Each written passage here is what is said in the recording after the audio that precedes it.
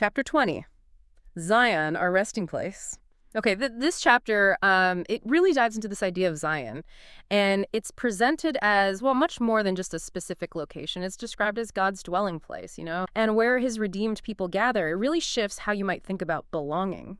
Yeah, and what's really insightful in the book is how it handles this idea of Zion being both things at once, a real place, Jerusalem, with this incredible divine history, and also a powerful spiritual reality for us today. It addresses that tension some people feel, between history and current spiritual life. Right. That historical side is so concrete, isn't it? Zion is Jerusalem Mm, in Israel, the yeah. city of David where the temple stood. But linking that ancient city to a spiritual reality now, how does the book help bridge that? Well, it's absolutely key because so many foundational events happened right there. Think about it, Jesus' life, his teaching, the miracles, his suffering, death, resurrection, all centered around this physical Zion. It anchors our faith. It shows it's not just ideas, but God acting in real history on a real map. And Jerusalem still being there, it's like a constant reminder. The book argues it's not either history or spirit, but both hand. Both hand. I like that. Because that history feels like the launch pad then for how the New Testament expands the meaning of Zion into something really dynamic for Christians. Exactly. This spiritual Zion, the book unpacks it in like four main ways. First, it's God's people, the church.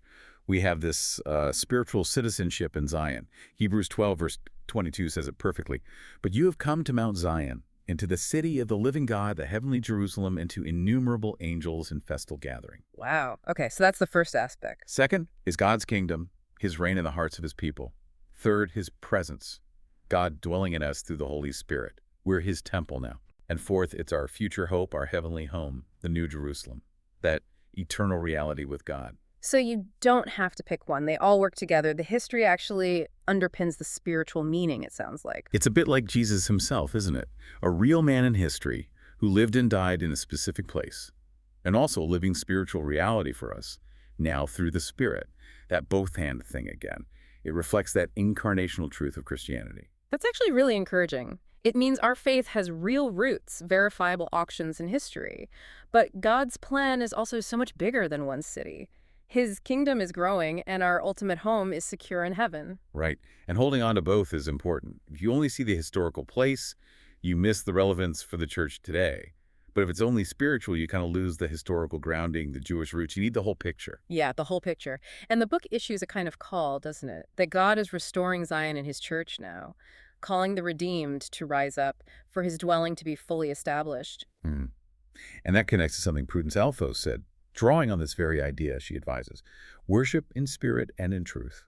Always understand what you're singing and listening to, and always believe in what you're singing, and remember to support one another both on stage and off stage.